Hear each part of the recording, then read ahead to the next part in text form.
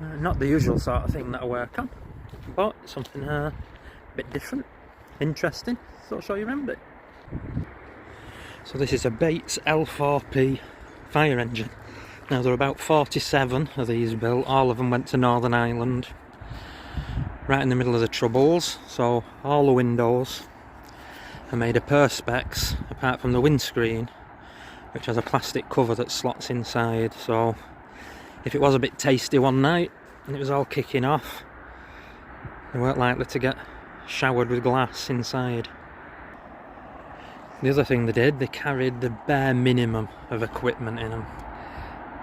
So there was minimal loss basically. If anything happened to it, they didn't lose so much. Now that front, which looks like a pig's snout, like it does to me, they did that on purpose. What they didn't want was it to be mistaken for an army or a police Landrover in the dark.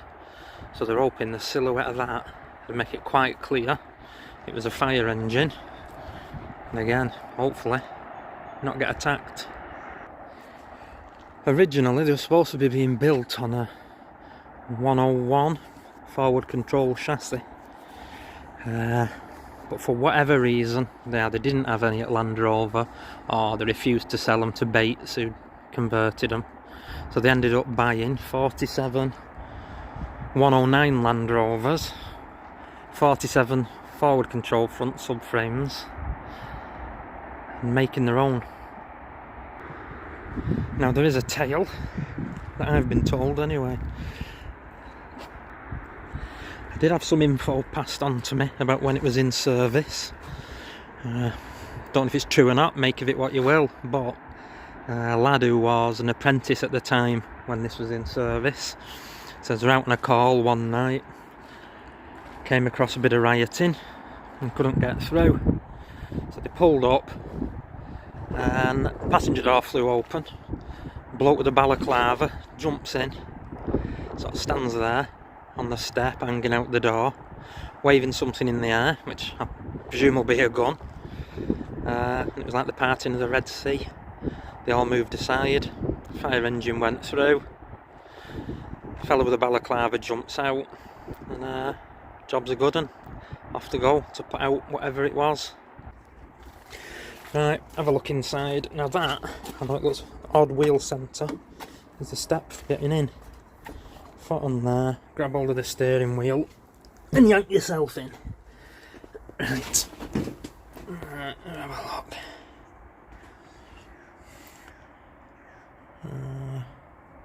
27,685. That will be genuine mileage.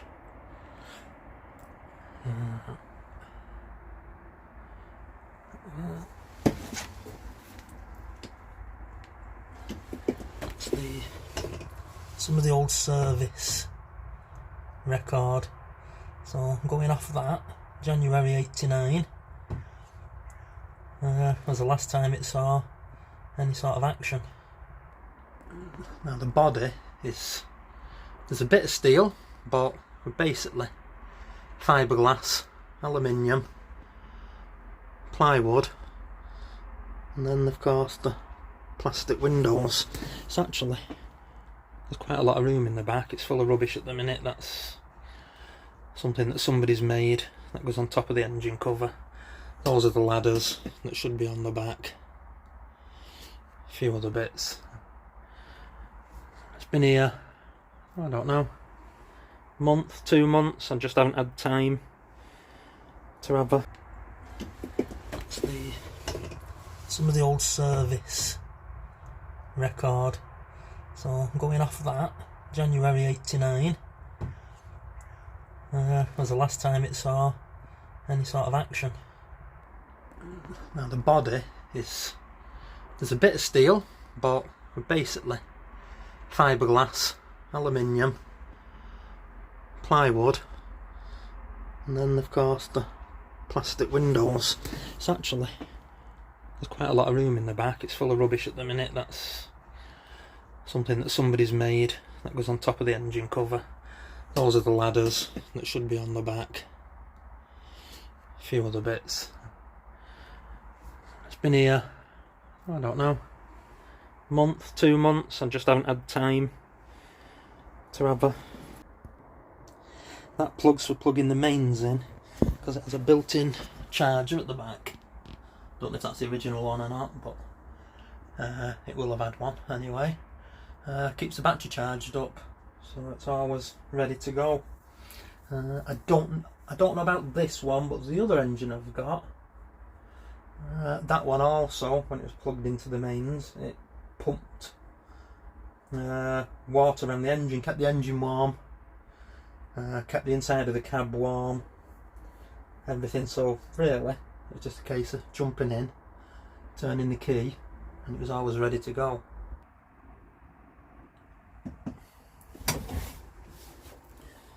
Right, we'll have a look at the engine. There's the fuel filler cap, actually inside the vehicle. This is the cover of the engine, and there it is. 2.6 straight 6, same as in a Rover P4, so I'm told. No power steering. The steering's ridiculously heavy, and that is the world's longest gear stick.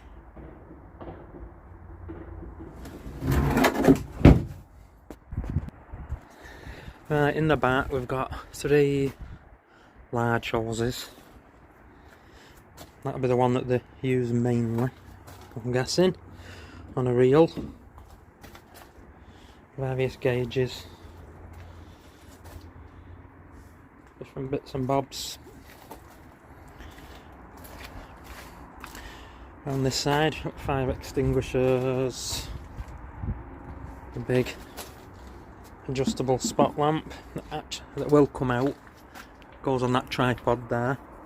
That's the cable for it. Stirrup pump. Not what use that'd be if your house is on fire. And more hoses. And this side, got some standpipes for connecting up. More hoses, nozzles, spare wheel. I've been told that shouldn't really be there, but good a place as any. And more hoses again. And that, it's not a waste paper basket. That is if you're filling up out of a river, you put that over the end of the hose and it stops it from sucking all the crap up. Now that isn't what somebody's made, as in previous owners. That is proper equipment.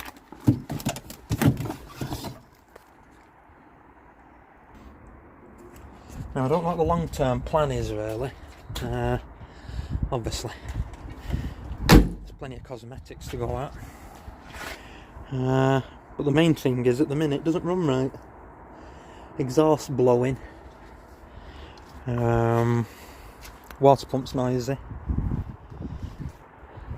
Want a set of tyres on it. It's there.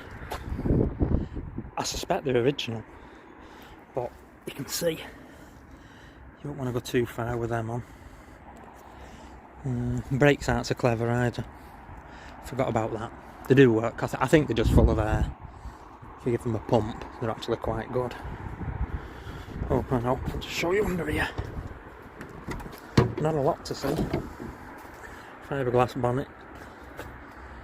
There's the brakes, radiator, and the engine. You can see that. I can pull it. I don't know. Anyway, it's way back there. So, not a lot in there. So yeah, get them jobs done, and then I can drive it a bit further than just round the yard here.